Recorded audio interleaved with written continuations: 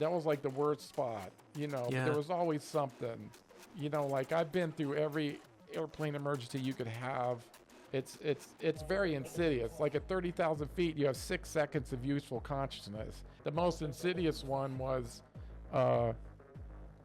we were flying over near Turkey, and we were out over the ocean. Says, what happens if they don't come back? I said, all of our engines are going to explode and we're going to die. Looked at my face and my flight suit, and it was all bloody. I was like, oh,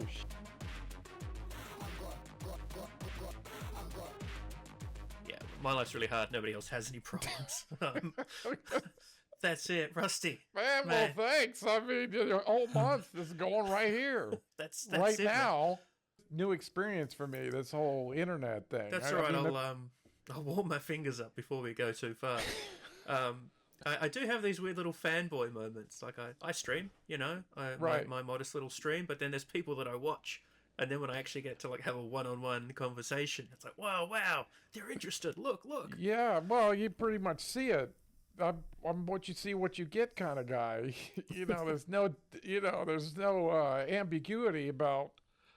No, which is nice though, right? There's so many people you watch. I went to a little Twitch meetup. It was some local, a Twitch meetup. Yeah, just like a broader area. I'm trying to learn more about Twitch and streaming. I used to do that when I was investing. Yeah, and they said, hey, we're going to a bar. We're going to just hang out. And I was like, cool, awesome. I'm there. I'm all over it. And I meet some really nice people. Networking. And I've seen their stream, networking. And you see their stream, and on their stream is lights, and it's special effects, and it's audio tricks, and everything's I don't have any of that. And then you meet them in real life, and you realize they're such consummate nerds, because you're like, hey, guys, how are ya? And they're like, hi, man. How you doing? They're they're just, like, oh, I forgot what real nerds are actually like, because I'm usually the nerdiest person wherever I go, unless I'm hanging out with actual nerds, and I have my high school flashbacks of like Star Wars Club. Yeah. I was like, oh, right, they're meeting new Star people. Wars Club, but I was king of the nerds.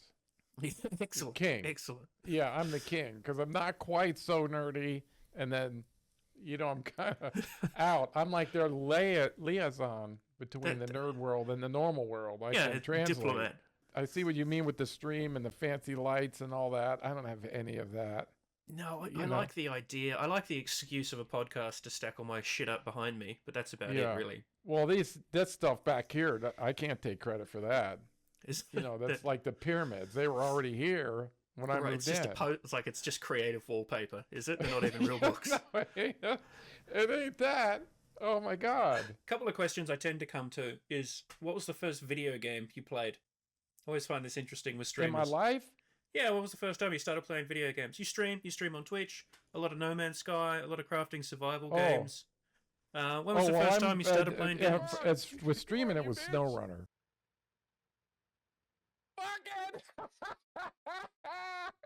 No Man's Sky has been the second one. I've tried different ones.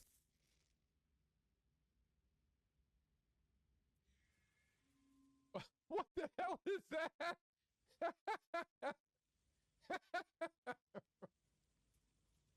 Did you ever find yourself as a younger man in arcades? Or all the time. Playing Asteroids. Oh, yeah. Asteroids was the first one at Movie City 10. I still remember where it is now. That was the beginning of the end.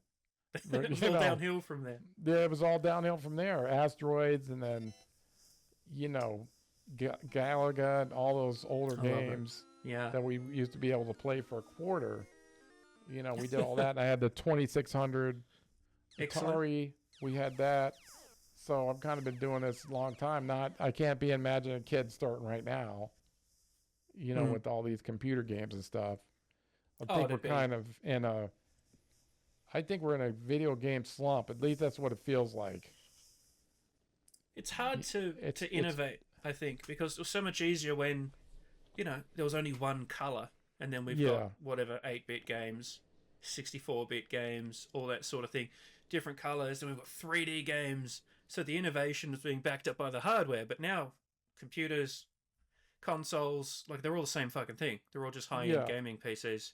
They can do incredible stuff, and so they're trying to make it as a multiplayer. They're trying to bend genres, and then there's too many genres. It's a crafting survival, open world PvP, PvE, with fucking microtransactions. I was like, what am I playing? Yeah.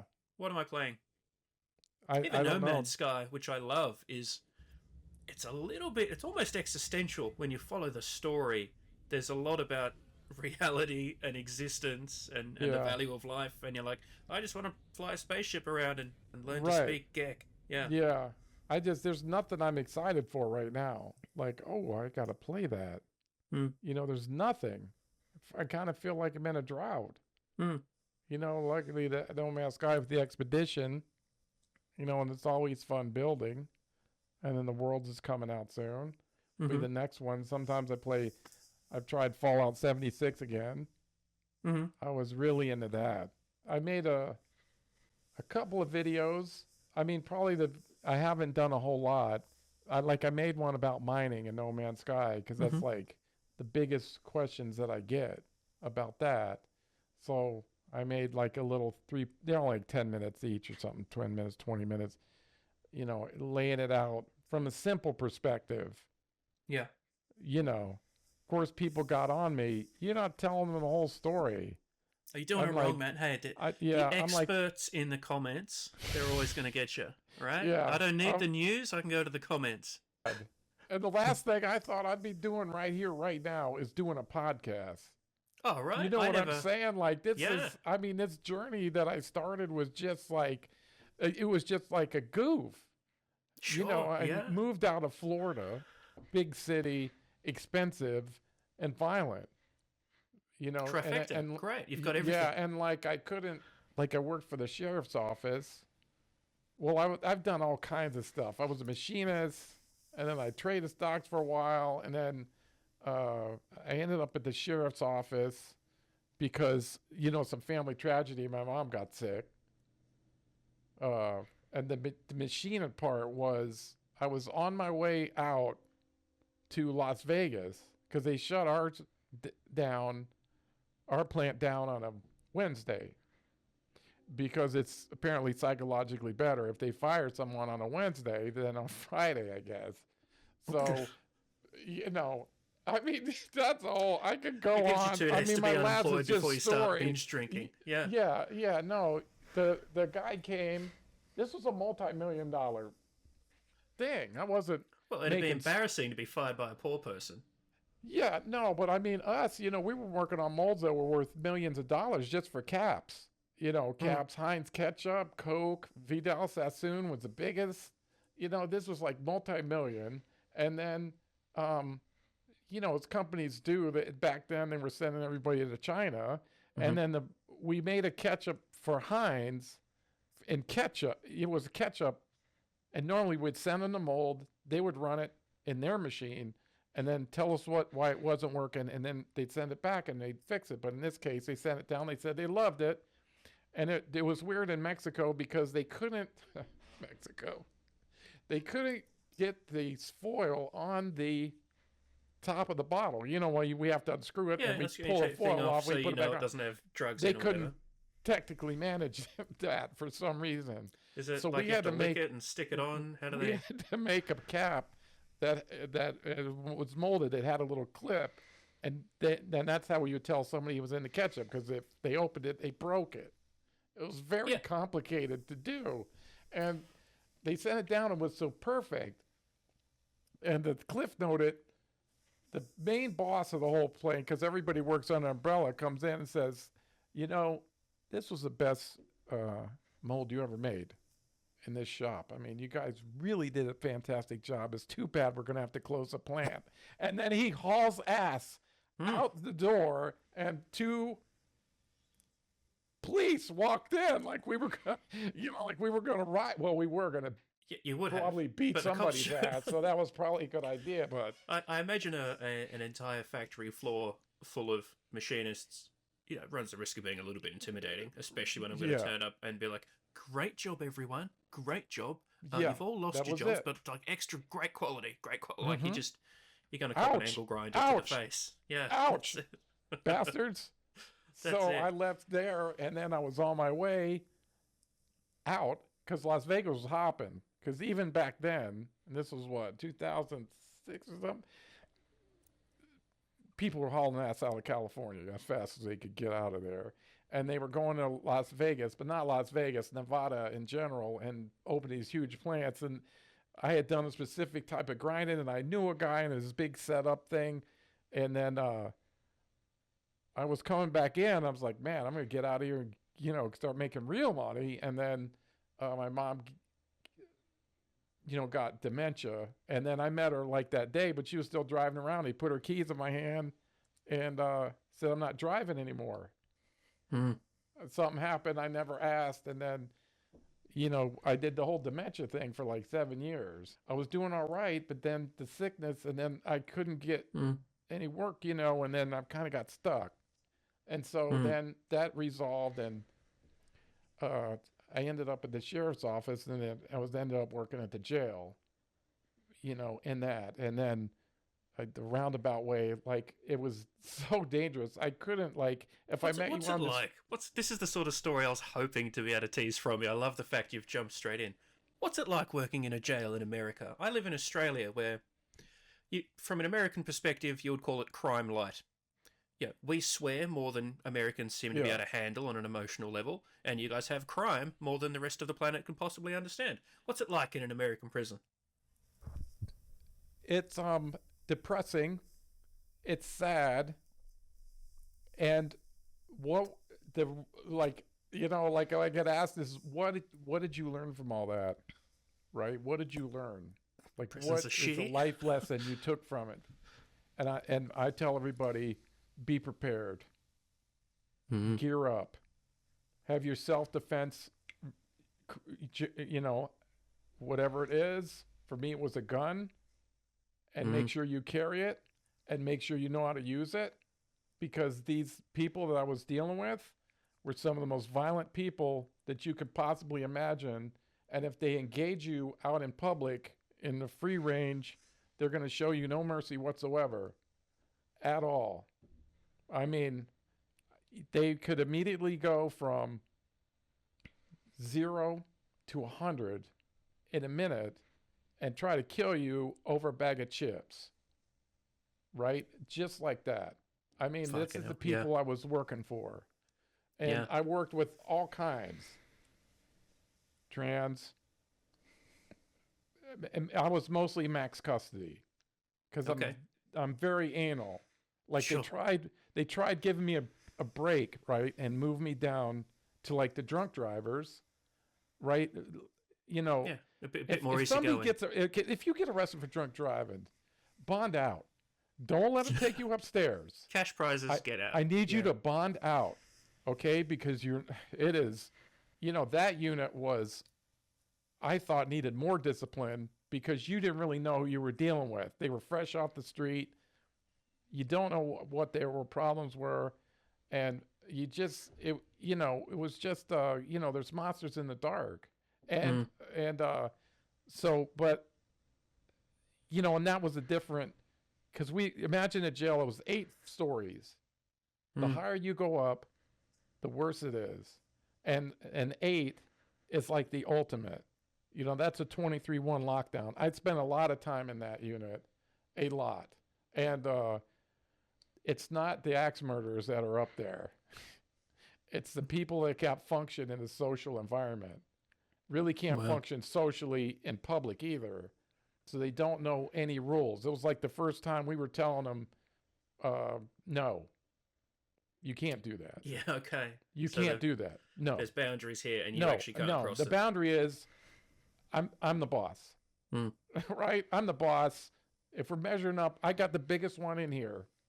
And that's how it is. And all we wanted, we weren't like tyrannical, just take your tray, eat your lunch, play cards, watch TV, Just follow the rules. Just follow the rules, and then there's always some kind of button pushes. I've seen them try to hang themselves. I've seen them cut their wrists open. I've seen them attack deputies. I've seen them attack me, because I was a detention tech, not a deputy. So I had a different uniform. What's that? What does a tech do? A tech, the deputy handles the inmates, walks among them, right? I'm the one that controls all the doors, for example. Okay. I have the doors. The deputy has a radio too, but I have a radio. And then I have computer. Everything has to be documented. So I was the documenter, and I control the doors. Right? If I didn't want you to come in the unit, that was mine. The door is mine. That's what some deputies, especially new guys coming in. I control the doors, not you. If I don't want them in, they're not getting in. It was a weird thing to do. Like, I'll give you an example. The deputy has to go in every 30 minutes and check everybody and look at them, make sure they're okay. He was coming out of the final unit because it was like, imagine a semicircle in front of us broken into 3 pods. So he goes through, and then he's coming out the last one. As soon as he shuts the door, 2 guys start fighting right on the other side of the door. Well, imagine they'd be aware that every 30 minutes someone's going to come round, so they're going to wait, and they've got 30 minutes of free-for-all. Normally they would attack the deputy, but I thought it was kind of weird that they waited till he shut the door, and they started fighting each other. So the deputy turns around and goes to open the door, and I wouldn't open it.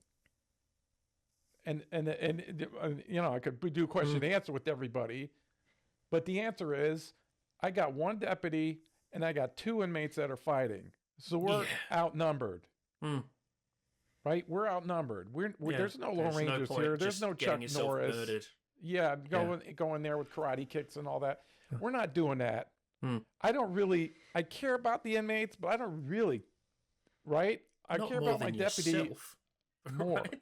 Yeah. Right, because I'm in a thing. So there's no win-win. It's either they're going to beat the shit out of each other, or they're going to beat the shit out of each other and you die.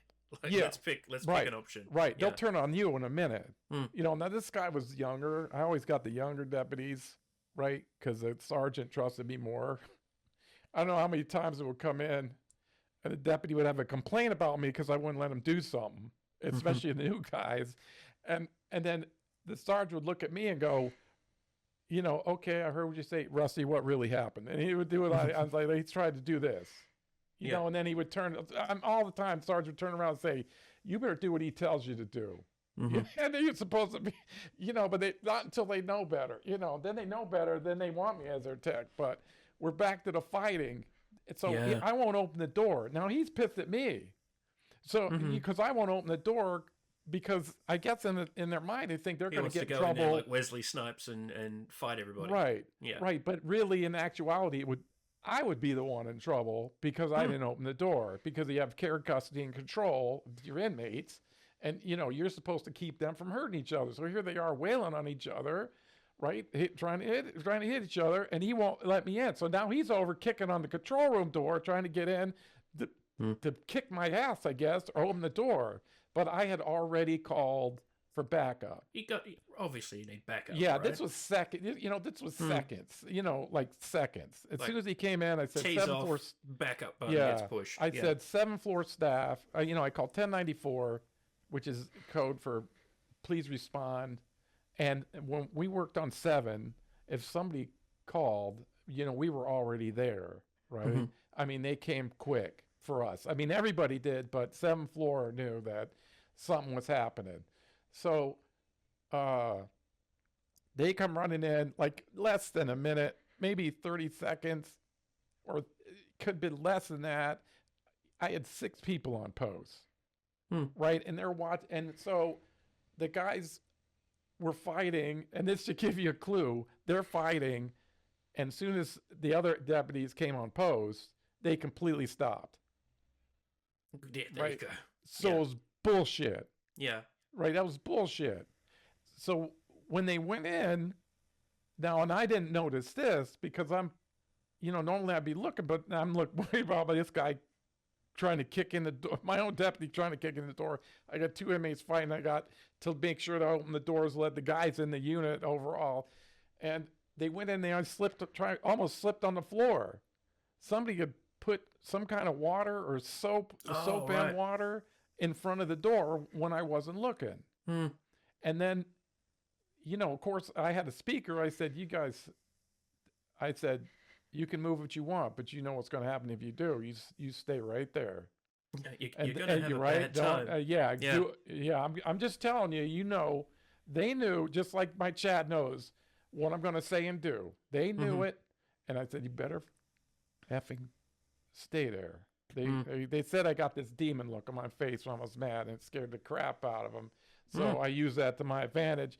And so when they went in and searched these guys, they had shanks in their pocket. Yeah, wow. So and this is all before lunch, right? It was pretty. It was. Yeah, it was. Yeah, it was around lunch. But with their eating schedule is different. You're totally. You gotta have your own watch anyway. That's gotta be such a thing to just deal with that. Like it's so full on, and then you're like, cool, I'll just clock off after work and have a beer and chill out and try and have a normal life. It's like, what are you doing tomorrow? Oh, back-to-back meetings. What are you doing? Stopping people from murdering each other. Yeah. Yeah. Giving them a bagel. Yeah, but here was the thing about it. The plan was they were going to start fighting. Somebody threw the soap on the floor. I was supposed to open the door. He was going to run in, slip and fall, and they would have pounced on him with the shanks. Yeah. And tried to kill him. Yeah. But I didn't let that happen. I've done that a million times, because I have an overview perspective of what's happening, and if I saw something bad, I would call the deputy out with some BS excuse. Hey, I need to talk to you for a second, and then get him out of the unit, and then call a bunch of people. Mm-hmm. So you you sneak him out so that the others aren't aware. Yeah. And then go, hey, old mate's got a knife, like a whatever. Quasi backup would bid 7-4 staff 56-7 alpha, and so they would come to 7 alpha, and then they'd start putting on their black gloves. We're gonna and that was just for show.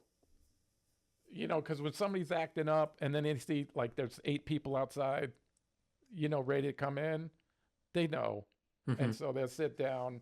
It's all BS. Sometimes they don't. But these people, when you hear their crimes, I never wanted to know I never wanted to know what you did. Right? And I was even talked to one time by the FBI because we had the second in command of the Latin Kings for the state of Florida, was this big, nasty gang. And he was in our unit for his own protection. And they were only allowed out one at a time. Right? Because they couldn't function amongst each other. Or if we let him out with other inmates, they probably would have killed him, for all we know. So he was out, and I asked him to go in, and then he said, you know who I am? I'm going to bleep, bleep, bleep, bleep, bleep, bleep, bleep, bleep. And I said, I need you to go back in your cell, but part of me wants you not to go back in. You know what I'm saying? So yeah. I need you to go back to your cell. Sure, yeah. Yeah, or don't. I want the second part. Ethically, want you to go back in the cell. Morally, I'm unsure. Yeah. I'm unsure. And so I had that, and so I had already called people on the radio, and so they come over, and then he went back in his cell, but he got pissed about that because I guess I humiliated him in front of it. I just wanted to go in for 5 minutes because they were worried. They only had their hour out. So that was very special time for them. So I would let them out for an hour. But if he felt like he was going to get ripped off a couple minutes of his hour, but they know me. I'm anal as it gets. You're going to get your time, plus some if I'm able to do it. But he got insulted, I guess, his bravado. And then he put a hit out on me on the thing. And it was such a valid excuse. The FBI talked to me about it. I was like, wow. So am I going to Oklahoma? Or, what am I doing? Nothing. We just wanted to let you know. Fill in the paperwork and get back to work. Yeah. Yeah, I didn't get shit. We just wanted to let you know. That's it. I mean, okay. Well, thank you. Tax dollars at work, mate. Tax dollars at work. Yeah. You've had quite the career. Hey, you were in the Air Force? Yeah. I was a flight engineer on C-130s. It's the big cargo planes with the propellers on them. Cool. What's that? Yeah, that's tactical airlift. The big planes you see, the C-5s and now the C-17s and all that, they go from airport to airport. We go from airport to the jungle. Yeah, I don't even know if they're really doing that anymore because, it's a completely different theater for operations from what I'm used to with the missiles and the drones. It's coming. I mean, I saw it way back when. I saw version 1 of the Predator when we were in this place called Yuma, Arizona. It was a testing ground. We were testing dropping the heaviest load that a C-130 could drop, and we were standing on it because our engine broke, and I saw the version 1 of the Predator roll out, which was super top secret at the time. And so, I said, we're out of a job, we're done. Because another thing that they were working on, and I don't see these big airdrops anymore. You know what I mean? Like, it's too dangerous. But then they were coming up with a airdrop system that they could make a pallet, and then we would drop it out the back at a very high altitude, and then it would deploy itself, and then it had a GPS system on it to steer it to where you wanted it to go. So even the winds were blowing the wrong direction, it would steer itself back, I guess the best it could, to a specific location. And, I never did it like any... I mean, the combat stuff was the stuff like you heard on stream. We were doing stuff like that. It was always with the UN, taking food in somewhere, and, or something like that. There was never any troops. There was I got tied up with these guys going down to South America with drug interdiction stuff. I can't talk about that too much, but we were working.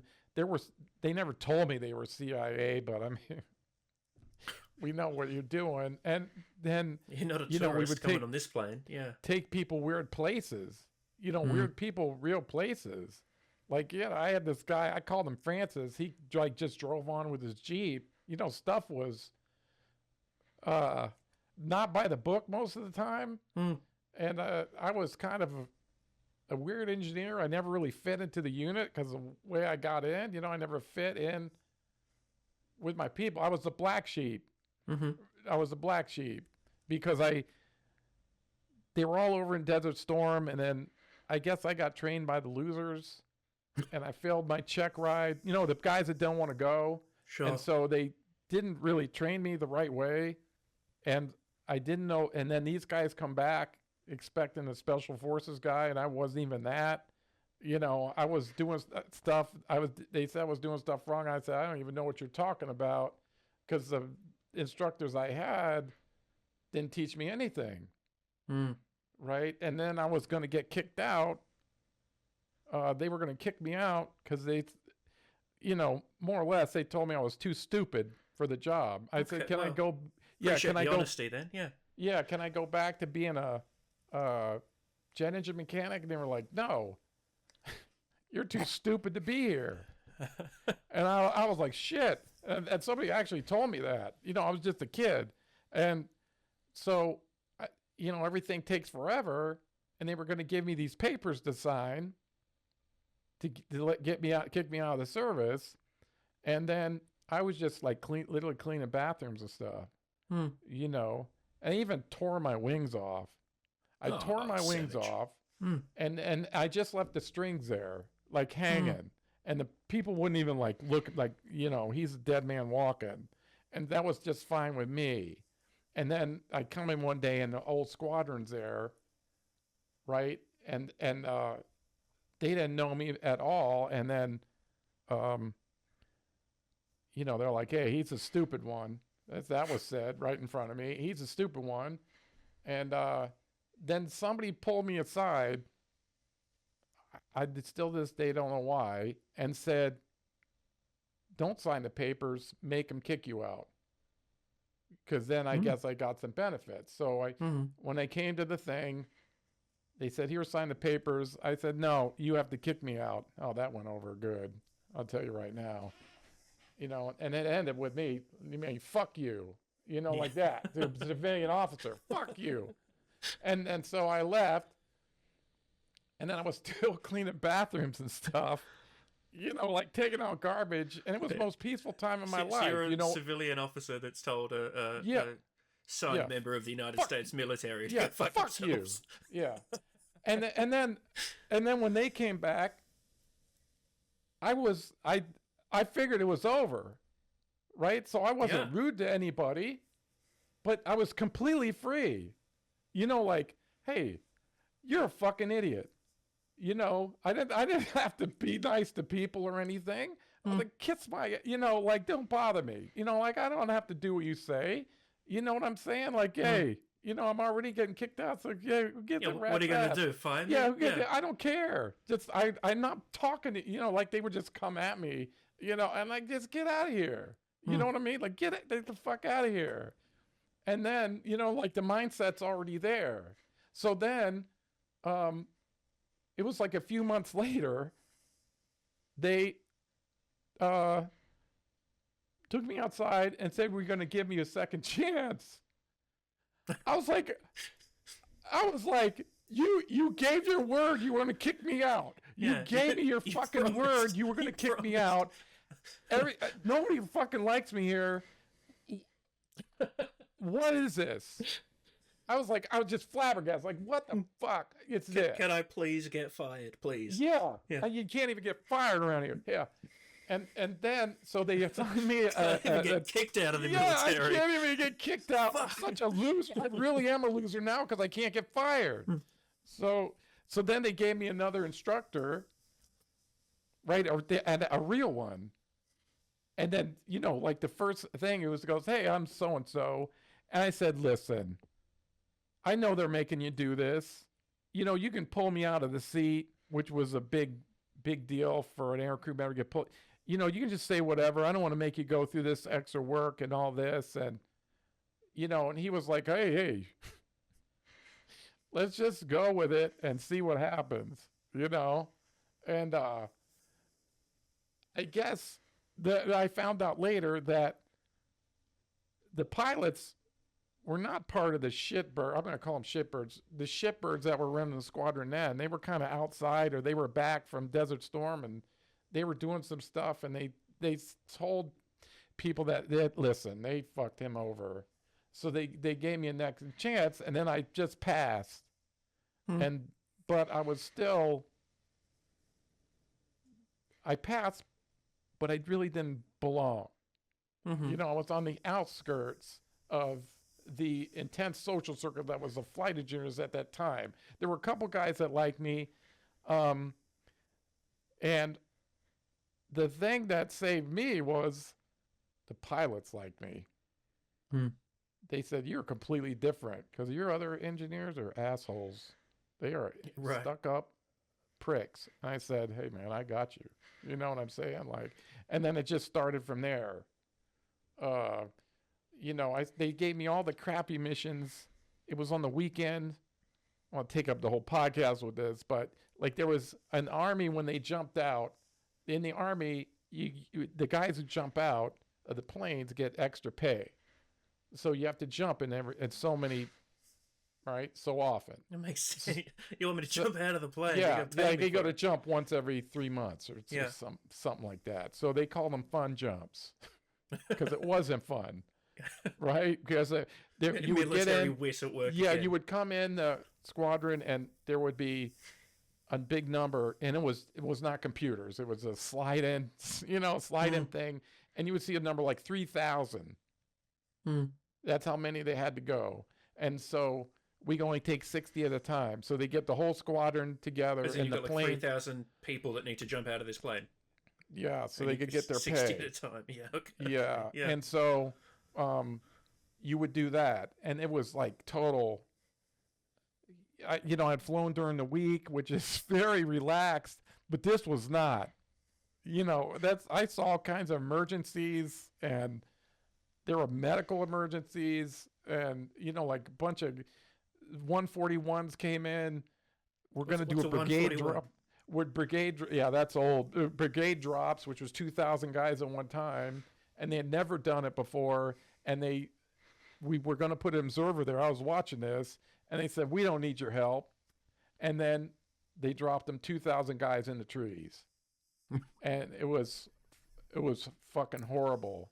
And we were ready to go. That's like me trying to play Battlefield. Like, oh my God. It was either their knees were damaged or their nuts.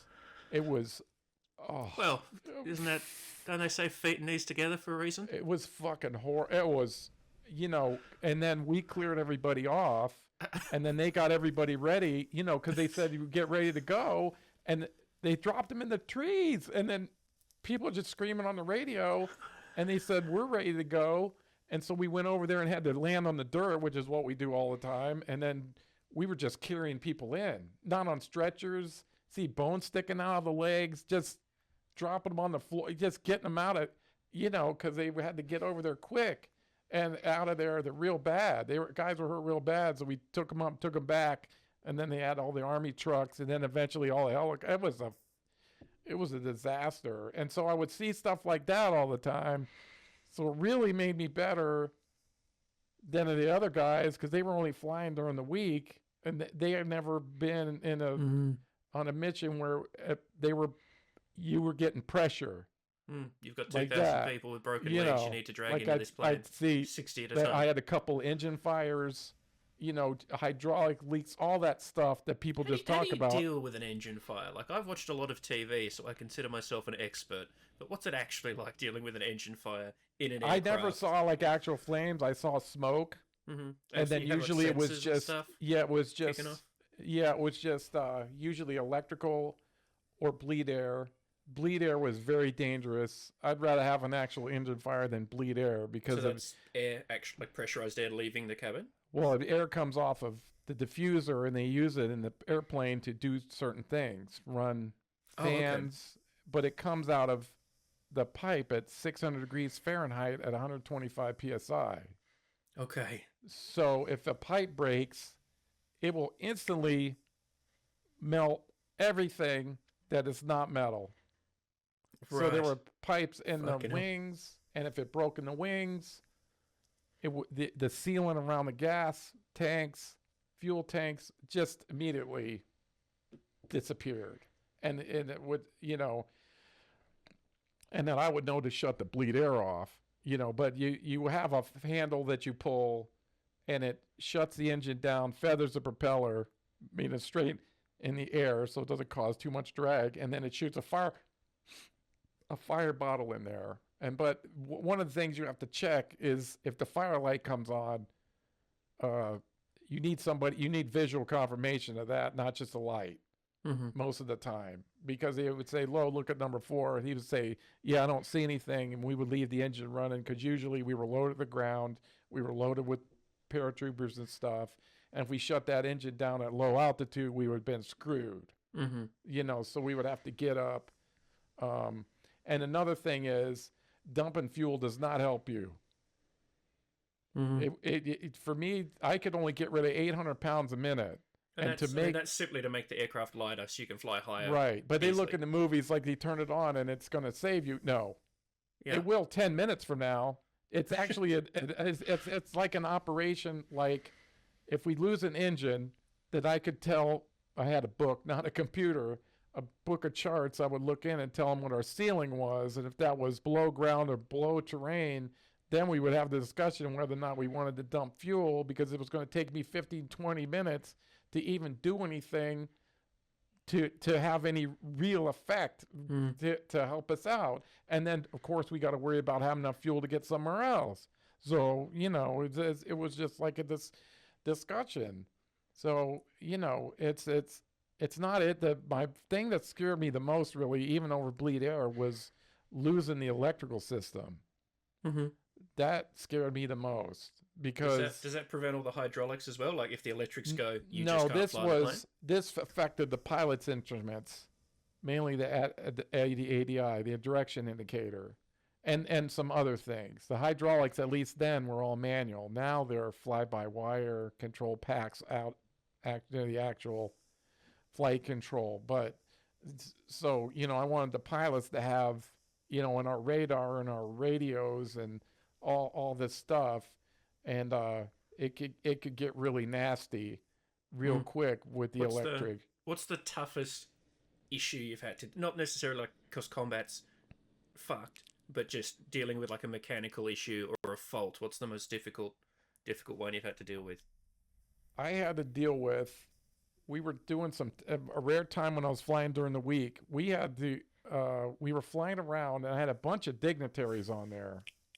And we were testing a tactical, for Sarajevo, they were testing a tactical instrument approach system that you could put on the back of a four-wheeler because they had destroyed the towers. So they wanted something mobile that they could set up this approach anywhere, really, that they could make a thing and give us an actual instrument approach.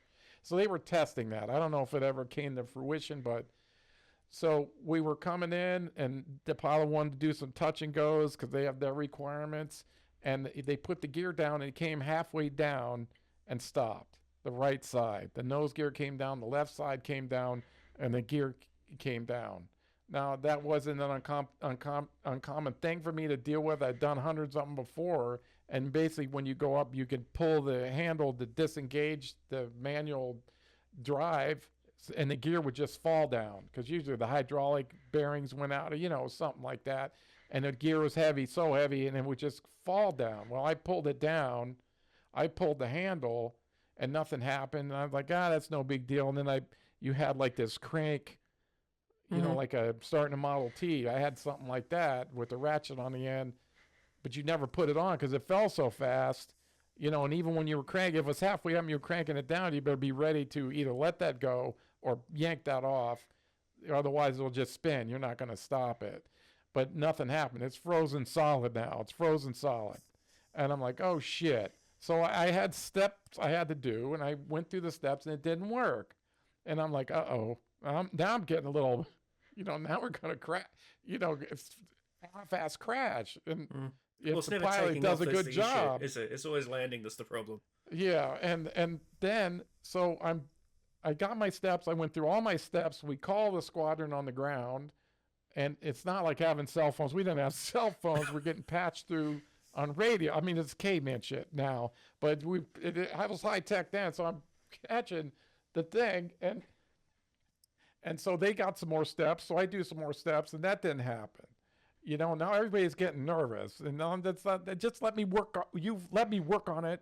Quit bothering me every 5 minutes. Google I'll let you know if something's going to. Look up the experts on Reddit to see what to do. Well, I was pissing my pants too, but I wasn't going to tell them. I got to act like, this is Sarge. I got this shit. Don't worry about it. And so they're flying around, and then the squadron calls back and says, Boeing made the C-130. It said, we got Boeing on the line, the landing gear expert. I was like, okay, let's talk about it. So, the radio shit.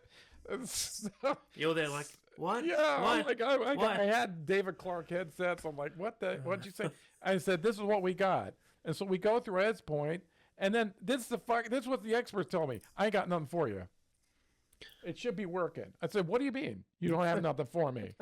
It's like every software developer I've ever had a conversation with. Yeah, it should work. I got nothing for you. It's not designed to be broken. I don't know what the problem is. Yeah, so I was like, uh-oh.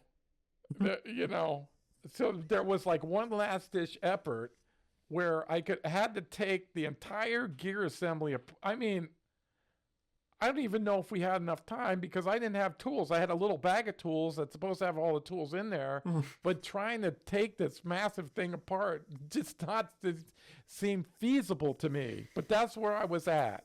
I was about to do that. So, and this has been hours now. I've been screwing around with this thing.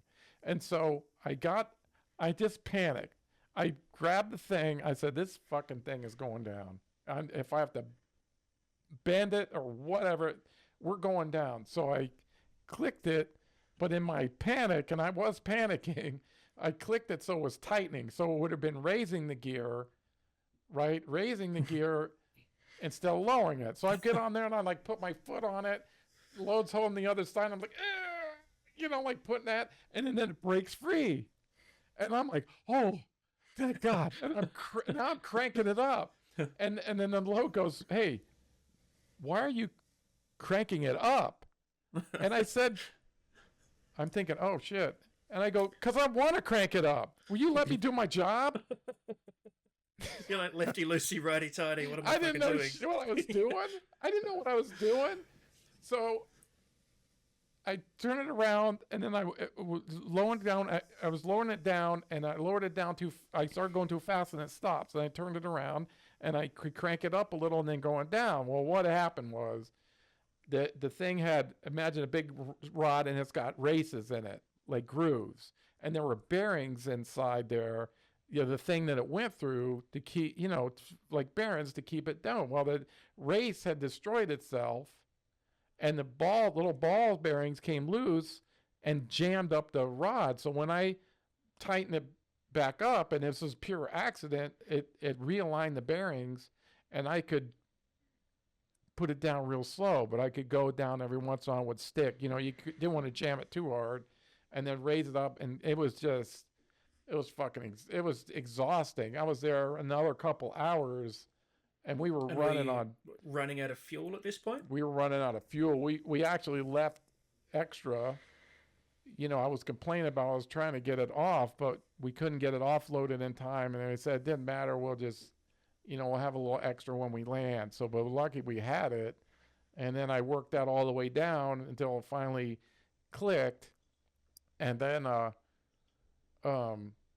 we landed and everything was fine. And I told the maintenance guys, I said, I even wrote it up in the book because we had a write up that, once on computers, I had a big form and I would write with a pencil. Yeah. And I put in a star. I remember pencils. Yeah. Yeah. Do not crank this gear all the way up or you will never get it down. That was my exact quotes.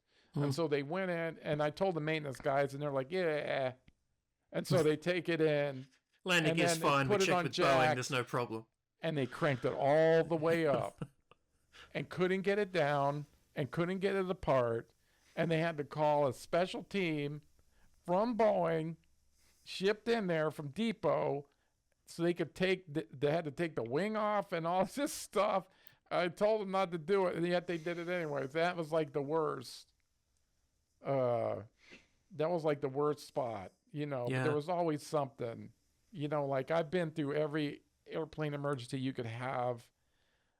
At least. What's it like losing pressure in the cabin? I only know this from TV. Not like the movies. I can't even watch it. It's totally unrealistic. It's just crap. Yeah. It's totally unrealistic. You hear a quick whoosh, and it's over. That's it. And then everyone's unconscious, or no? I mean, we were never up high enough. Usually we were up about 18,000 feet, but as aircrew members, we get a little more tolerance. And if we hear it, we're automatically cued to. Well, I have a mask I just pulled down and put over my head, and then we had oxygen. So it's very insidious. Like at 30,000 feet, you have 6 seconds of useful consciousness. I would say 4 because you just lose it. Because they took me up in as a part of being an aircrew for a medical exam, they put you in a pressure chamber, and then, they reduce the pressure. They're taking you up real slow to see if anything explodes in your body. Literally, like if you have because you would get a it's pain. Like if I take you to the bottom of the ocean and just let you go to float, I'm like, let's just see if he gets let's see if something blows up. But they went up very slowly, and the doctors were there, and I saw guys raise their hand, and they would take them out, and so we went up to 45,000 feet, and then they were discussing that thing. It's called hypoxia, where high altitude, you get high altitude sickness. So I got picked for the 45,000 feet.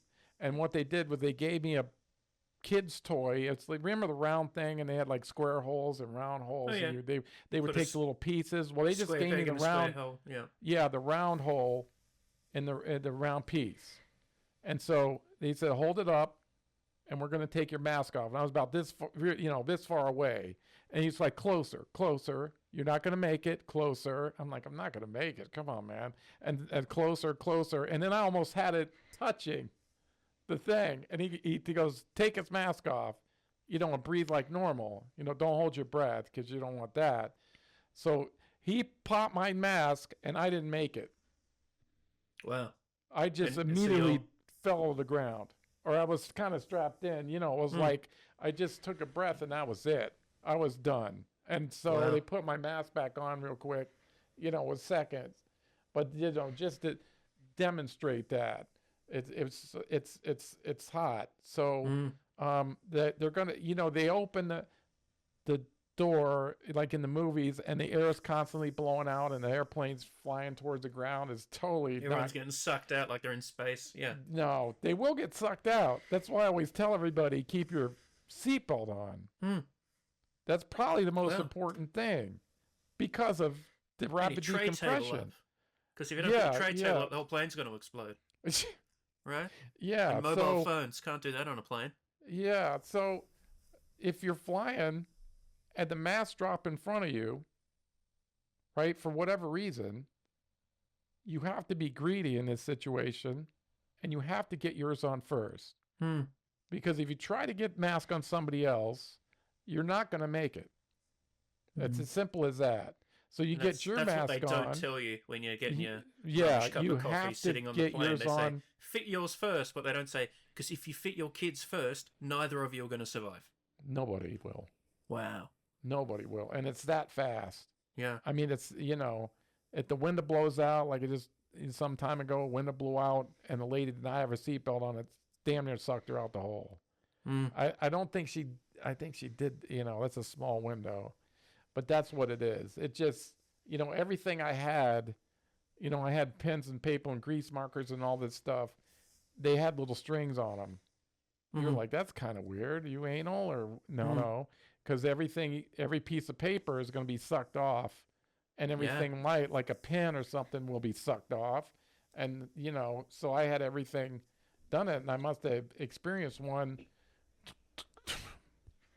300 times. I mean, it was just, it was that it. Like for deliberate training exercises, or because you're flying around to dangerous places? Well, the planes get pounded so much. Yeah. The flames get twisted, and they just don't seal like they used to. So you're slamming the door closed. That C-130 couldn't go that high anyway. Really, about 20,000 feet, or we might cruise about 24.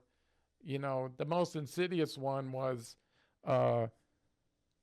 We were flying over near Turkey, and we were out over the ocean, which is and it's the middle of the night. I forget what, right?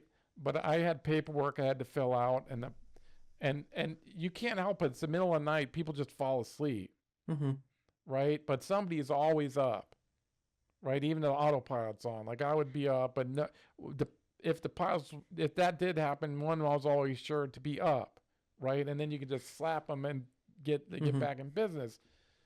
So I'm doing paperwork, and I looked at the paper later, but I was filling it out, and then it had a line, like I drug the pencil down the thing because I was like, man, I'm tired. And I'm looking over, and the nav's asleep, and the co-pilot's asleep, and the pilot didn't look like he was asleep. He was asleep too. And I was like, I was 3 seconds from going to sleep.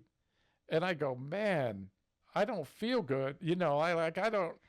What is going on? So every once in a while, we would take a hit of oxygen, and that would give us a little boost, right? And that's what I did. I pulled my head down and put it over my face, and all the color came back right away. I was looking at black and white the whole time. I thought it was just night, but it was black and white. Like middle of the night in this nice big aircraft over the ocean, very calm, very quiet, not rough. And I was I was dying, and I didn't realize, and everybody else is unconscious, not asleep. We would have died, and then it would have flown straight ahead until we, like the jet with that golf guy. That's what happened to them. So I woke up and I go, oh fuck. And they had hung papers over the cabin altitude thing, but there were maps all over the place. We were doing maps, and it was just one got hung over, and I was worried about my own stuff, and I didn't look at it. I lifted it up, and I was like, oh shit. It was like 15,000 feet. I was like, oh fuck. So then I got the pilot, but I sat on him basically, and then put his mask on, because he jerked awake, and I didn't want to grabbing the controls or anything, you know what I mean? Like I was like, shit. So that was close. That was about as close as I ever came, to dying versus all the shooting and all that.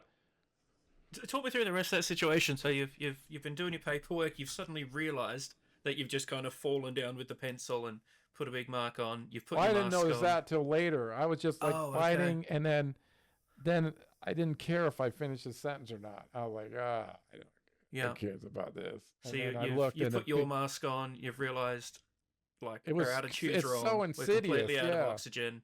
You've sat on the pilot. You put his mask on. What's happened then? How did the rest of the crew? What happened with them? Well, that's what we did. He was like shocked, and it took me a minute. Right, it took us a little bit. I said, everybody's asleep. We had a cabin leak, and then he goes, oh, okay, and then I'm gonna get everybody else up. Right, so I left the nav. He was sleeping, and then I went over and did the same thing to the co-pilot, and sat on him, and did the same thing, and then I sat on the navigator, and then went back and checked on the load and the crew chief, and they had just passed out. They were like they literally fell down back there, and I just they had mobile bottles, and I got the mobile bottle and gave them some O2, and then we went back to base. We was like, we got to go back. We got a pressurization problem. Got a follow-up headache coming your way. Oh shit. It was bad. And that was the closest thing I came to buying it. And that's not how you picture someone like me with no real concept of actual military work whatsoever. In a war zone, how do you die? Oh, there was a tiny imperceptible hole somewhere in the aircraft, and we all passed out almost instantly and died a few minutes later. That's simple. Wow. It's that simple. Other people died, but they were usually low to the ground, and they did something they weren't supposed to, and it killed them. Because that altitude is what gives you time to do something about it. Like my best friend, pilots wanted to do some crazy thing. They were too low to the ground, and they stalled it. I was like, how do you stall that? And they did, and crashed into a swamp. It was dumb stuff like that. We really weren't at any war except for Sarajevo, and the plane got shot up a couple times, but it was nothing. They weren't really a threat to us too much over there. And like I said, going in, just delivering food is what we always did, and then support, move the guys in and out. I wasn't in Desert Storm. I like that being in the aircraft and getting shot at while in the aircraft doesn't particularly bother you. No, but it's just the dangers of decompression. It's like another day at the work. Nah, I just, you're like worried for the first few minutes, and then this ain't. If they haven't shot us by now, we don't. Yeah, I mean, the time the anti-aircraft came through, now, hey, we were nervous about that. Yeah, that was. But we were worried because their European planes were there and they had different radar. I think I said this on stream. They were locking on to us with the SAM radar. I was like, what? And, one that wouldn't miss. And so, but they didn't have any missiles because they were doing a pretty good job of wiping them out. But they'd had the radar, and then they would tell the anti-aircraft where to go. But once they shot at us, they took care of that. They finished it. You know what I mean? Like the conversation ended once they started shooting at their friends. What? They were like, what? Where's the radar? Where? Where is it? Where is it? And then they just went and dealt with it. Yeah. They just took care of it. There's someone over in those hills pointing radar at us. Yeah. And suddenly there was no more hill anymore. And we don't know what happened to the hill, but it moved. And then they started this stupid thing. So stupid. Have you ever seen the MRE? Like the meals? Yeah. They're kind of heavy, right? Because we were dropping pallets near towns so people could get something to eat. Well, the snipers would set up on the pallets and shoot people as they were coming by. So they came up with this idea. I don't know if it worked or not, because I was like, excuse me? And they made these boxes that they would just dump the MREs in there loose. And when they slid out, the pallet would fall out, and then the box would kind of explode in the airstream, and all these loose MREs would fall to the ground. right over the town. I'm thinking, could you imagine? Because that peanut butter would kill you. You know what I mean? Like, you're out there like, oh great, some aides coming, dropping finally in food. a good day, and then just get nailed by get killed by a meat like patty. Yeah, dehydrated pork patty, just straight in. So that was it. You've done like survivalist training? Oh yeah. With aircrew, you have to. Okay, it's the whole. Yeah. Well, should you survive crashing your plane, you now need to get out of enemy territory. We without never dying. would have. Yeah. We're flying at 500 feet over ground. Okay. You know, there ain't no way we're gonna make it. I didn't even put my chutes on. You know, like, there's no point. You gotta have a stable platform to jump out of. Yeah. And then we're not doing base jumping. There's like a minimum distance you need to be able to fall for your parachute to open correctly? You have to ask the Army guy that. I have no idea. We had a simulator. We have to jump off something like 15 feet, and then we only got to do it one time, and then get out of here. And so we never did that.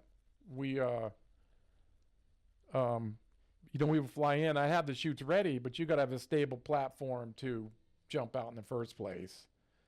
You know, and the way we were doing it, it never would have, or the situations I was in, we never would have made it. So we never really took it too seriously. We still had it, but then we had to go to the classes, you know, every once in a while. And then I got tied up in that exercise thing where they wanted to catch me. They never did, but they wanted to. And then I, you know, they sent me that school, which I wasn't supposed to be at. And the guy, you know, they told me, hey, you want to go to this class on Thursday? And I said, not really. And they said, then I got my ass chewed. Where you going? Yeah. Right? It sounded like a question, but it wasn't really a question. Yeah, no, I answered. They knew I was going to answer. You know, it wasn't a surprise. It's you. Well, I was going to answer. They knew what I was going to say. And so I go up to this school. And it turned out to be tactical airlift school, like the Top Gun airlift school for C-130s. And people like spend their whole life trying to get here, and they just put me in it. I don't know why. To this day, I never should have been there. But I mean, it wasn't like I was incompetent, but there was other people, you know, with more experience than me still that could have gone. But no, here's my dumb ass sitting there. And so I get out, and I should have known that was going to go to shit. And I'll tell you why. I got out of the plane, and here's one of the setup tents, you know, 4 legs and a thing. And there's just log stools like around a campfire. I'm like, oh shit. I should have known right then. It should have told me that something was up. Because they told me I was just going to watch a bunch of movies, and that would have been good. Training videos, and then you're all good to go. Yeah, we're good to go. I was like, okay. Because my boss even said, even you can't fuck this up. I was like, yes, I can. Yeah. That's what I said. Hold my beer. Let's go. And then, you know, my introduction to school was, I'm doing my post. The pilots go running off. I didn't know who those guys, and they were pissed at me because I was there. I said, I had to give it to them. I said, listen, I didn't want to fucking be here. And they go, you don't want to be here? I said, no, I didn't know what the school was. They knew what it was. And they had politicked and kissed ass and everything to get here. And here's me saying, I don't give a shit about this thing. You know, so they think I'm worried that I'm going to ruin their class. But I didn't know it was a class. So I'm walking around the plane, and then this guy comes out of nowhere. Right? And it's dark. So this guy comes out of nowhere, dark, and said, where's the flight engineer? And I said, I'm him, sir. I did say, sir. And he goes, no, you're not. I said, oh, yes, I am. He goes, you must be some kind of goddamn genius then. I'm thinking, what? I didn't even want to be here. I love they made me come. when you think they of made me United come here. States military. Yeah, and it's all, forget yes sir, what our no conversation. sir. And you're like, what the fuck yeah, am I I'm even like, doing I don't, here? and I couldn't figure out why everybody was so tight-ass about this school. And I was like, I don't want to fucking be here. They made me come sign here. up to go camping? What is this bullshit? Yeah, I didn't made me come here. I didn't want to come here. And then he goes, and then this guy was exceptionally angry after that. He just started chewing my ass about this. And now I have my own temper too. And the crew chief stand on the side like, oh fuck. Rusty's going to go off here in a minute and I'm going to stop him. Right? He's going to do it. But the thing was, he got way more angry than I ever could have. And I was fascinated by his anger. Right? So I was fascinated. Bro. I'm like, this guy is out of his mind. He is so angry. And I wanted to ask him, and then he kept calling me a dumbass and all this other stuff until, blah, blah, blah. And then he finally finished. I go, sir, can I ask you one question? He goes, sure. I said, who the fuck are you? You have to come up here and tell me all this shit. And then they told me what class it was. And I was like, are you, we had to go in the office like usual and all this stuff. And I was like, listen, I don't know what is going on here. And then they broke it in. I'm like, you gotta be kidding me. Are you kidding me? And they're like, no. I said, you're kidding me, right? And then this guy, who turned out to be a nice guy later, goes, well, you aren't flying. I go, that is fine with me. I don't give a shit. How about that? And then I about had it. There was other stuff going on. Then I said something that said and shocked him later. I said, you tell them at the squadron when you call back there, because I know you're going to squeal, get the papers ready, because I'll sign it, because I want to get out of here. The most disgraceful thing I've ever done is put this flight engineer uniform on. It's been nothing but a fucking nightmare, and I don't want to fucking do it anymore. And he was like flabbergasted by that for some reason. And then we worked out a deal. I even offered it. I said, I'll do the pre-flight, which is the bulk of the flight engineer work. And then I'm gone, right, for the day. You don't have to teach me anything. I don't want to know it, but this plane, she doesn't like to get up in the morning. So I know this plane. I was actually assigned to it for a while because we were short on flight engineers. They assigned us to an airplane, and I had to go fly every day where everybody else didn't. So I really knew it. So I knew that it was, how to get it ready for them. I hate it. I'm not going to give somebody a shitty plane, right? I'm not going to do that. But I said, I don't want to do this. I don't want to do this anymore. They made me come here. And I walked in a bad situation. I'm sorry about that.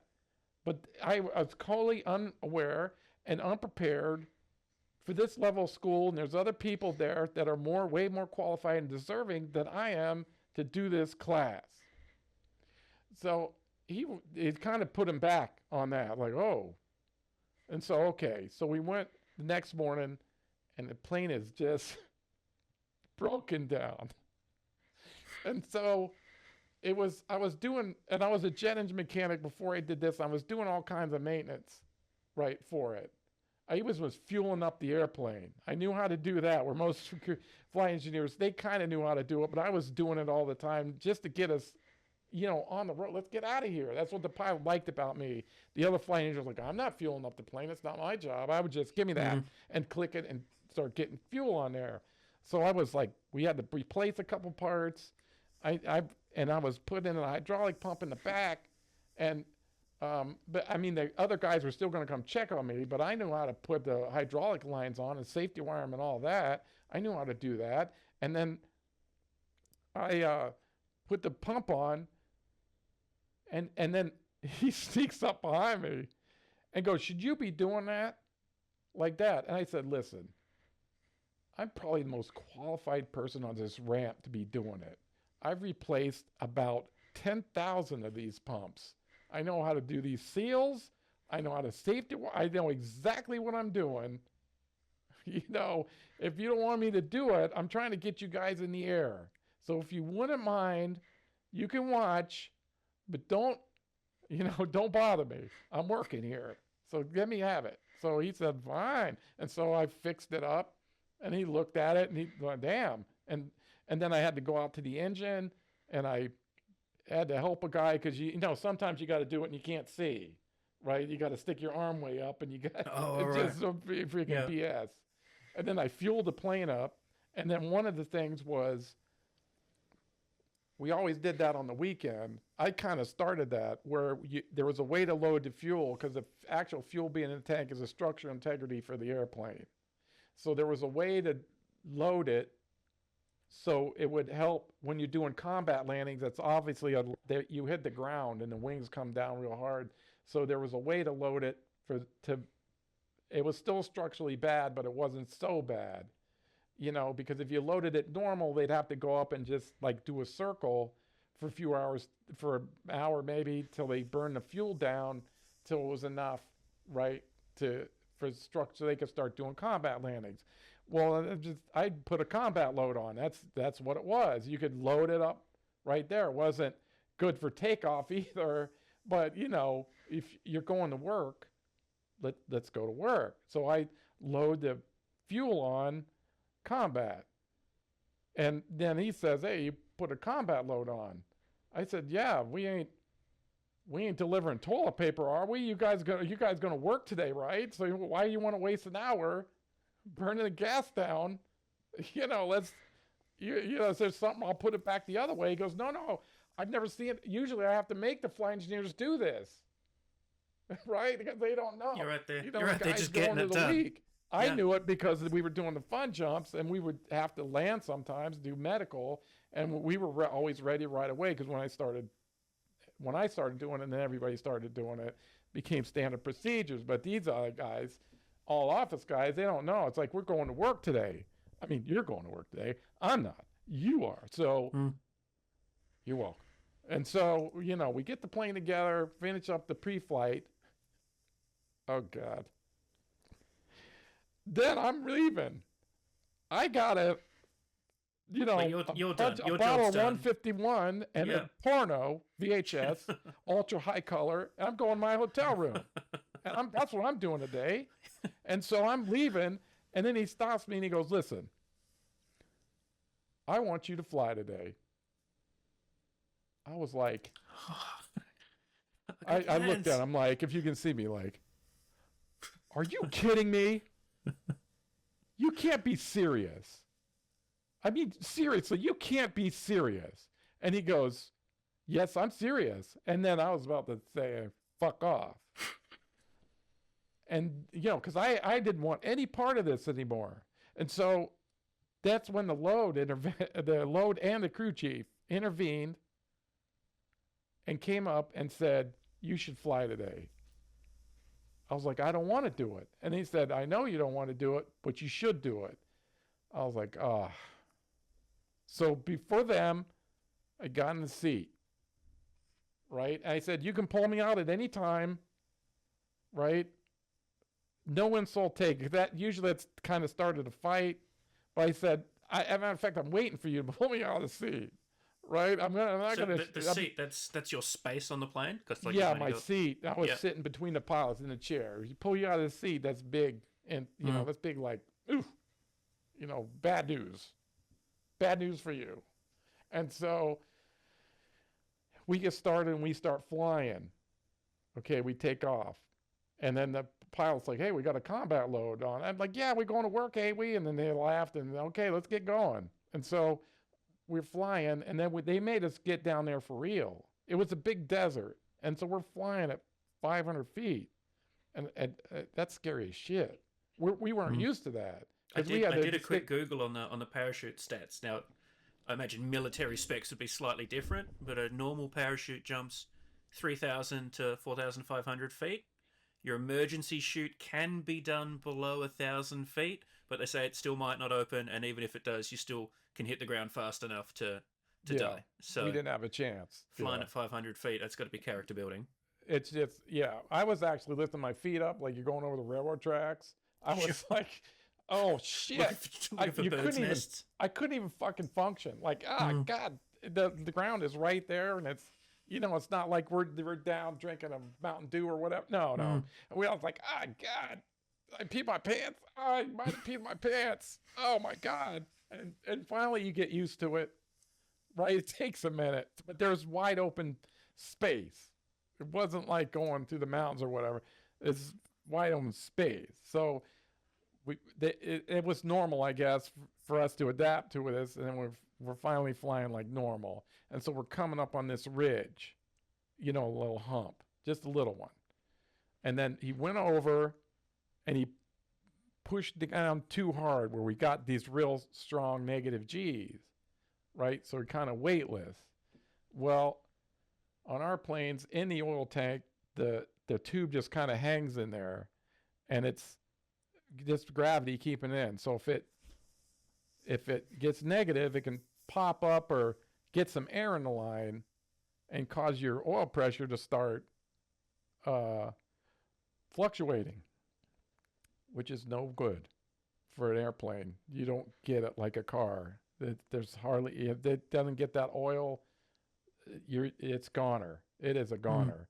So he goes up, and it was a normal thing. I saw this a lot. If I was on my crew on the weekend, we wouldn't have, gone down like this, but I was not dealing with them. I was dealing with office guys, and they don't really do that. And so they go over, and then normally it would be, and I'm looking too, because I'm waiting for it, and normally it'd just be one. There was a gearbox in the engine. They had two things on the same gauge, and they'll start fluctuating. I look up, all four are fluctuating. I'm like, oh shit. And then I said, climb.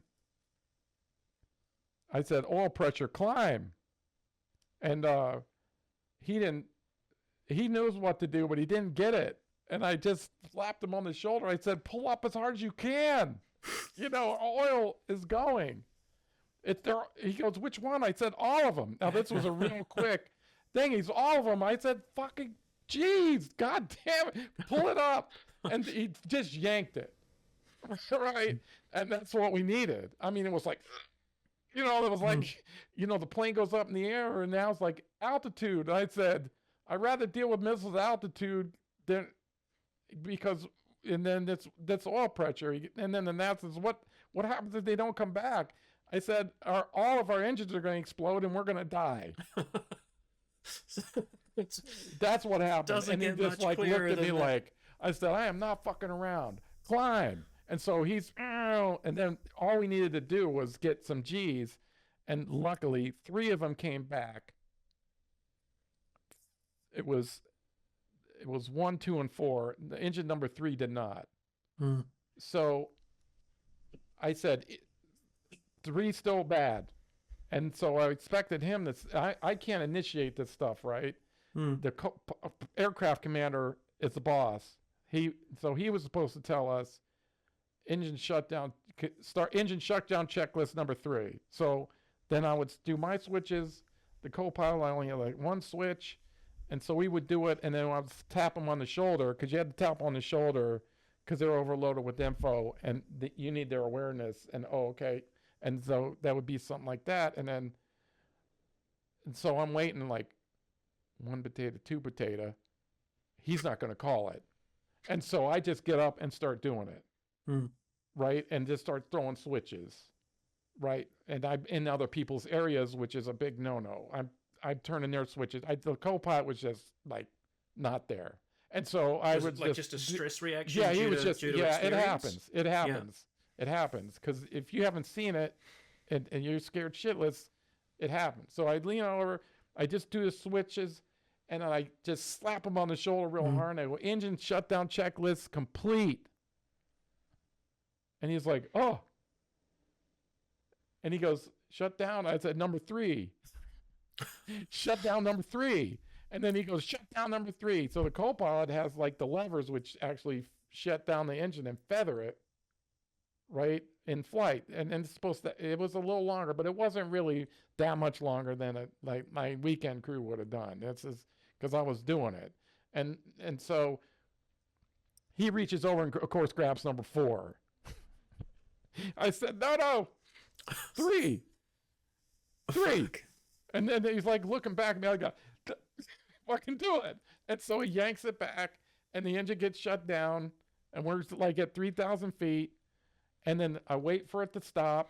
I give it like 1 potato, 2 potato, and then I just do the checklist because I know he's not going to call at this point. I just do the checklist. Engine startup checklist complete. And then he goes, start number 3. And so they start number 3, and the engine comes back. And then I look and make sure everything's good. And I said altitude. Yeah. And so everybody laughs. That's like, yeah, altitude. And then the pilot, and then I got the cream of the crop behind me, right? During all this is going on.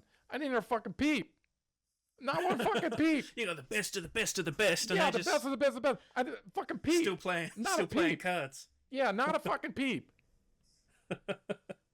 And, and then the pilot goes, we don't have to do anything else. We go back.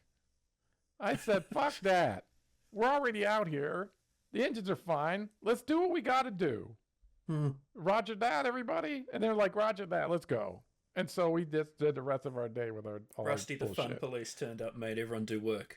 Yeah. And so then we land, and I'm doing the post. And he goes, and then the guy comes up to me, he goes, I've never seen that before.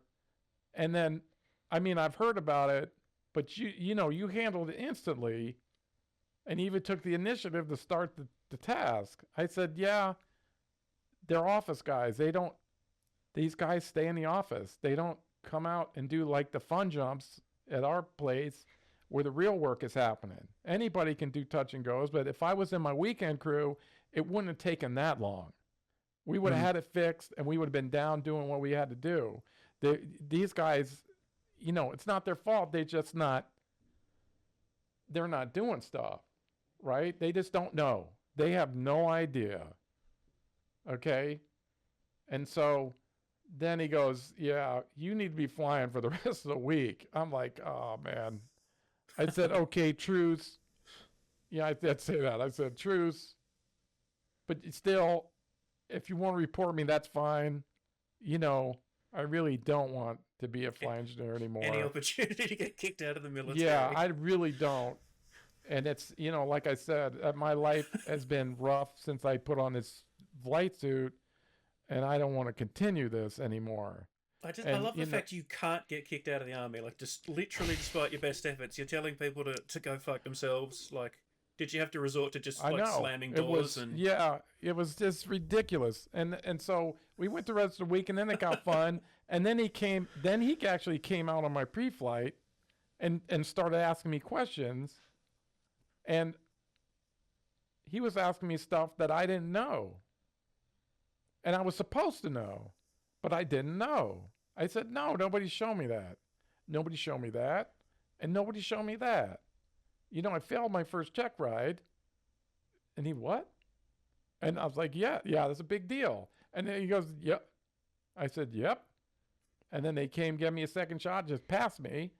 And then I've been doing fun jumps ever since. He knew what fun jumps were. And I said, I've been doing it ever since. He goes, really? I said, yeah. And so, now this is back in 86. There might be some emails, right? Maybe. We still had dot matrix printers. And then he calls me in the office, and he has all my physical training records. I was like, what? How the fuck did you get those here? How did you get those? It took us 6 hours to get here. You got them overnight. How the hell did that happen? He goes, I know people. And then he looked and then called my stand eval, which, our eval. And then that's when he come out and started showing me stuff. Because he says, when he looked at it, it's like an independent guy. He was like, yeah, you got screwed over. you know. You're not being lazy. You've legitimately not been you got taught, screwed and I've got over. proof. Yeah. Yeah, you got screwed over. I was like, you know, it's all right. I mean, don't, you know, they're after me. So, you know, you could look good by flushing me down the toilet. You know, and I'm not going to fight it. You know, I'm just going to go with the swirl and we'll be done. You know, and then you won't have to deal with me anymore. And he goes, that would be a waste. And I was like, oh, shit. I was like, oh, God. I just love this pressing at every opportunity to, you can kick me out. It'll be fine. It'll be fine. Just and then they wanted me, like I said, the pilots love me. And then these guys that were up front that didn't like me, I was their best friend after that. Yeah. After you stopped the engines from exploding and killing everybody. I told them, listen, if you want to really become a good pilot, you need to go do them fun jumps on the weekend. Go do them. You'll see every emergency you could possibly see. You'll be having to do non-standard things. You know, it's just it's a grueling learning experience. You know, just go do it. And so we graduated the school, and like I said, I think on stream, it gave me a qualified where I was one of only 13 flight engineers in the entire world at that time that was qualified to take a C-130 with the new flare system they were putting on into combat. Wow. And I guess that was a big deal. It didn't affect me on a promotion, but I was on the list. I was on a list. And then when I went back to base, the next weekend when I was back in fun jumps again, it was the exact same crew. Everybody. And they say, okay, let's see what this is all about. I was like, get ready. And they were all prim and proper, you know, like the week warriors that they were, you know, they work during the week. And they were worn out by the end of the day. It was like, yeah, we got to do this. And then he was like a lead pilot, and he made all his other pilots start going on the benefits that fun you're going to learn some shit. Yeah, you know, you got to go get in the shit sometimes. And so they started doing that, and then I actually got some missions during the week, and one of them was a landing gear thing. So I didn't get to take it easy just because I was flying during the week. I was doing these miraculous saves. So was the idea that the fun jumps that happen on the weekend, they're like the bitch work, and they've given you the bitch work because they don't like you, except the bitch work gave you an incredible set of experience. It was the most experienced thing I've ever done. Yeah. You know, because you'd see like the smoke coming out of the engines, the freaking hydraulics would go bad. You know, you name it. My gauges would go out, and you couldn't really couldn't drop out. That was a no-no, because if you dropped out, that means the rest of us had to stay there until all those guys were done. So our days get longer every time a plane got kicked out. So, because you've got 3,000 people to do, and each plane only takes 60 people. 60 at a time. But I mean, it was like 60 would load on. It'd be like 2 minutes. We would drop them and then land again. You know, it wasn't like, it was like right there. It was just over land, and over get on. and over. And the Army knew, they knew, and they just get the fuck on, and we'd get done. We doing what we needed to do. And you know, but still, it's a lot. You know what I mean? Like it's constant up and down, and then constant radio chatter, and then a guy would get hurt, right? And we might or might not have to land and pick him up. And, you know, you had to be just, we're going in the land. Okay, we're going over here. Okay, we're going over here. Shit, we got a fire light on number 3. Shit. There's a hydraulic leak. Shit. And it was just, you know, constant. So just up to your eyeballs in it every single day. Oh, shit. And then you hear somebody drop out. You're like, oh, okay. Yeah, we're going to find, we're going to find out where he lives. The first thing I would do would go talk to the crew chief. Okay, what happened? And then be like, they're a bunch of little bitches. I'm like, okay. You know what I mean? Yeah, it wasn't like they had a broken leg or something. We're going to be looking for answers. You didn't leave the squadron and go home. We were looking for your ass to find out why you wouldn't do it. And so, you know, it was just... So I see, you know, so we saw the same guys, and then that's how I got stuck in the Sarajevo. You know, because I told you, they shot down that Italian plane, with the rockets.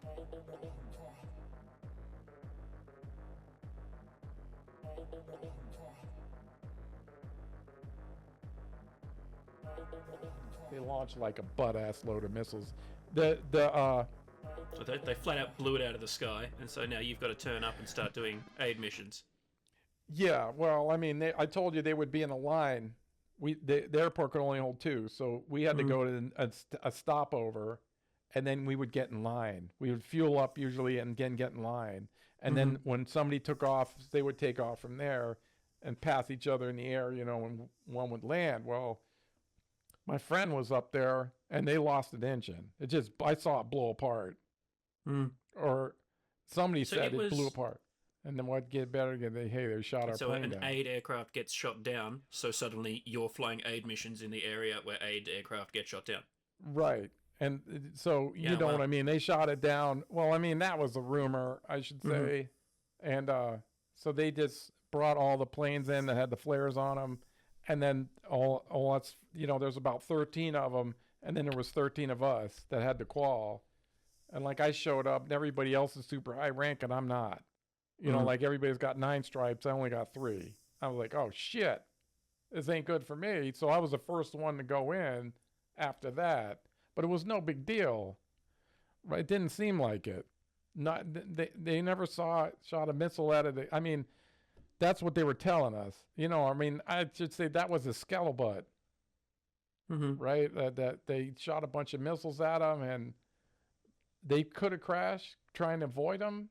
It's not, it's it's hard to say. It's a G222 transport. It's a big boy of a plane, that's for sure. Yeah.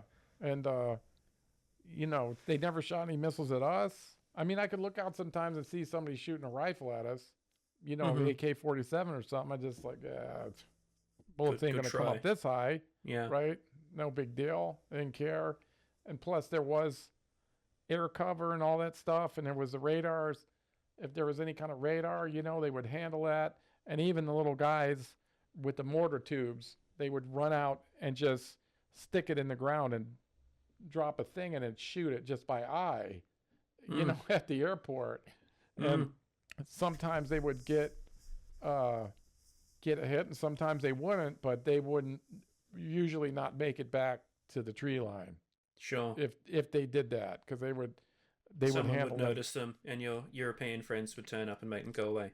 Yeah, would. They got good at taking those guys out. So I mean, unless it was a big, like when we pulled her out of there was a big assault on the airbase. Yeah. But we got out of there, and everybody else got out of there, and then they sanitized the area, as you would say, and they repaired the runway, and they just kept taking food in. Like the most popular food was the cooking oil. I never took any blankets. They really, even they were hungry. They didn't want the MREs, believe it or not. It's like MREs are what is the acronym? The acronym isn't Meals it ready to eat. Meal ready to eat. Yeah. Yeah, there was only 4 flavors. There was a meat patty. There was corned beef hash. There was like some kind of egg. And beef stroganoff, I think. That was it. MREs are famous for being unappetizing. Like, you can only give them to people when they're literally starving, because that's the only fucking time you'll actually eat one. Don't eat one all at once. You will not shit for a week.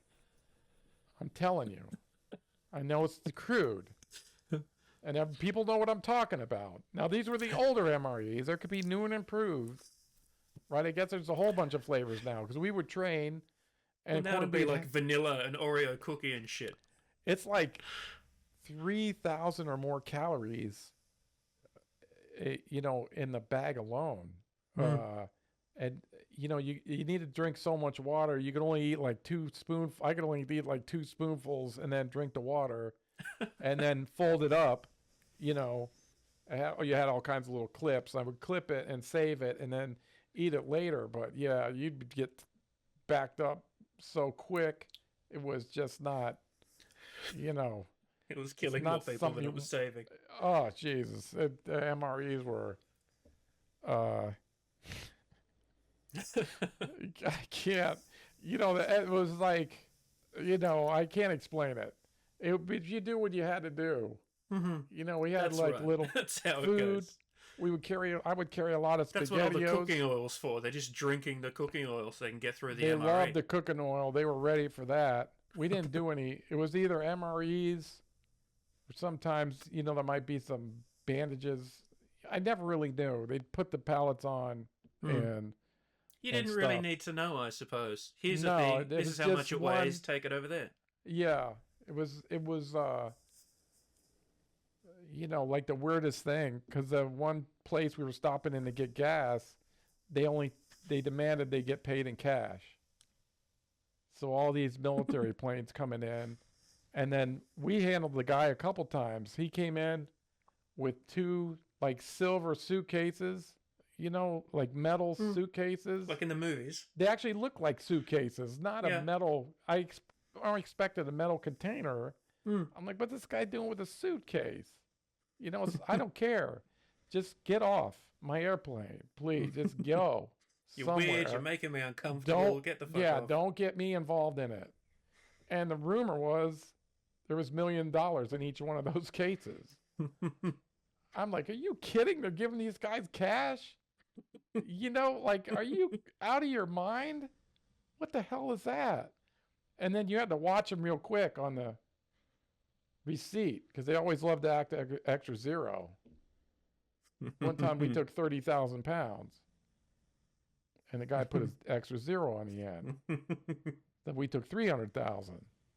I'm like, no, we ain't doing that. We took 30. Fix it. Yeah, fix it. And then he was jabbering in his language. I said, I don't care. I'm not signing it. What do you think of that? Bye-bye. I'll see you later. And then he fixed it, and I signed it. And so I wasn't even supposed to be signing it. The pilot or something be signing it.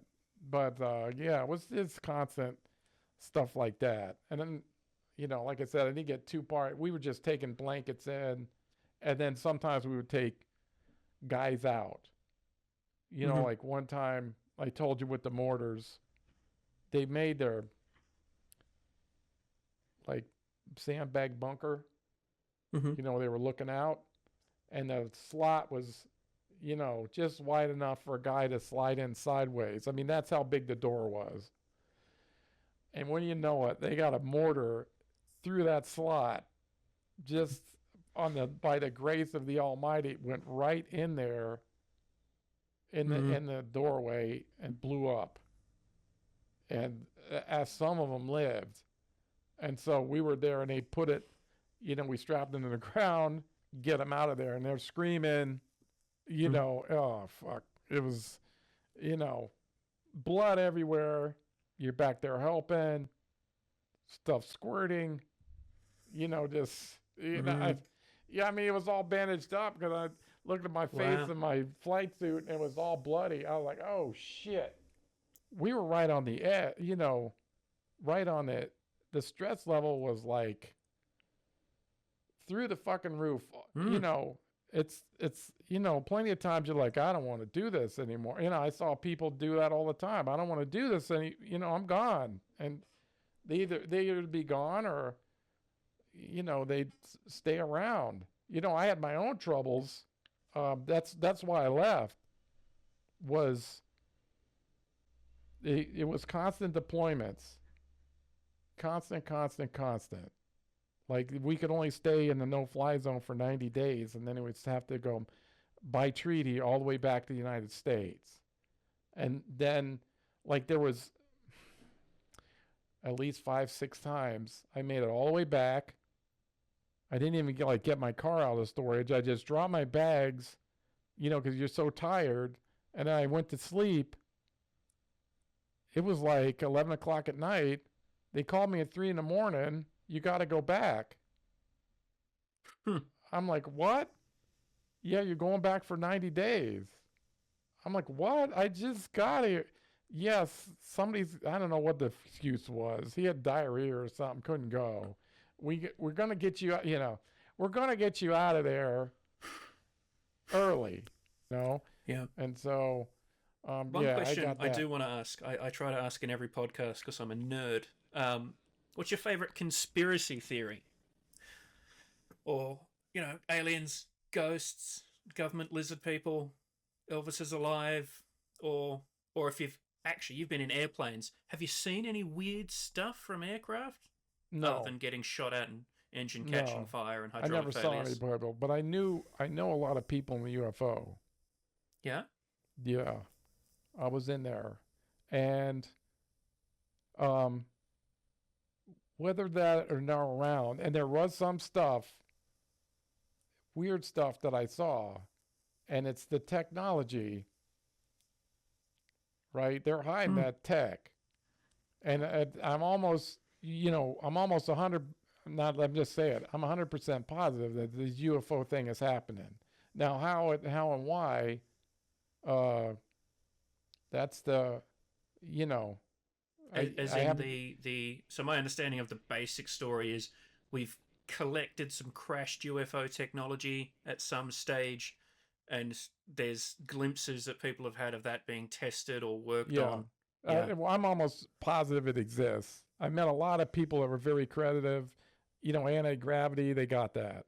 They've got that. But that's not what bothers me about it. It's the medical technology that they have. These people I've trusted, I can't speak to them. Some of them are dead now. I don't have any experience. I just was around these people. They're saying that, you remember Elysium? The movie with the med bed? Yeah. That. Okay. That it's essentially a cure-all you can get in or apply. Yeah. They were just, they were like, they can pretty much cure anything. And only certain people have access to that. As for all this other stuff, I'd just say something's happening. Something's going on. And, like I said, that was never in the military. That was after, I just, I go to conferences like everybody else. And, I met some people and they just told me stuff. I didn't know if I could believe them or not, but I kind of do. And they seem legitimate enough, but I've never seen one for myself. Rusty, we're just about out of time, my friend. Okay. Sharing, your 2 hours. I can't believe it. No, this has been awesome. Every day. Oh, killing me. Well, look, if the podcast ever kicks off, I'll probably do a bit more with it. But yeah. Thanks for taking the time out, buddy. This has been absolutely awesome. This is cool. I want to do it again. I feel like you've got more stories. We'll have to have you on as a we'll do you like once every month. I could be in trouble now for what I said. I don't know. That's it. I don't think I got too specific. That was it, but it was fun. It was my first one. You got number one. Great. Well, thanks so much, buddy, and I'll see you in the next stream. Okay. Thanks a lot. Pal. All right, everybody. Bye. Have a great night.